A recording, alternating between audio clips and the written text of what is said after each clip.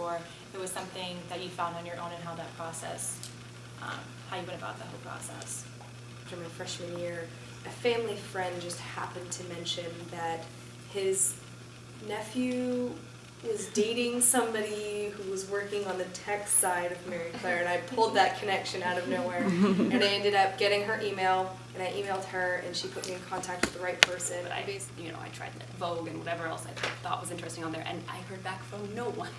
So the girl who I had the connection with, gave them my resume, and they didn't even interview me or anything. And so I went to freefashioninternships.com. I really recommend that site because it has everything from marketing, styling, PR, all that fun stuff. So I found the Globe through freefashioninternships.com, and they called me for a phone interview. For marketing, I did a lot of social media. For those of you who like the Rue page on Facebook, I track all of the statistics on there and created an internal scoreboard, which they still use to better track campaigns so they can understand the success rates of those to better create campaigns in the future. I got this really great clip. It's more fashion-y, so I guess it works better.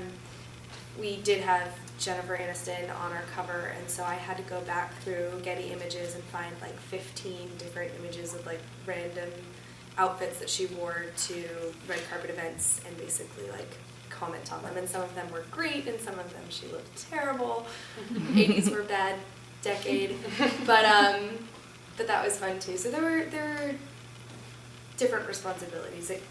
As some of you may know, in the public relations world, anything can come up at any time, and you have to be able to drop everything and be able to switch your focus at any moment. One time, this one was my fault, I had to put this box together full of like gift bags and all this stuff this lady needed for her press event in LA, something they were going to do like at the Roberts Exhibition on Boutique. And I was supposed to send it to the Beverly Hills Hotel, and I sent it to the Chateau Mont. And that was a personal nightmare, but luckily she got it. But that was one struggling day. And they're like, drinks, great. What do we need for drinks? So I found all the champagne. And I have like this certain fear of opening champagne bottles. The cork is going to go in my eye. That's the most frequent eye injury. You did not know. And so I was like, I've got this. But I didn't realize that chilled champagne is the biggest lesson I learned there.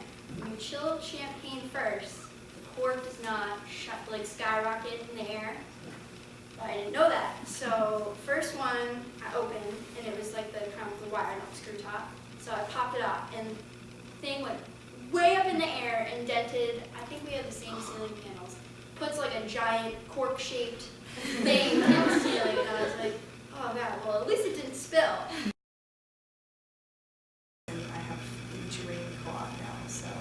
Love my boss. I call her work mom. So I mean, there's good and bad that can come of it, and I hope that I learned to better analyze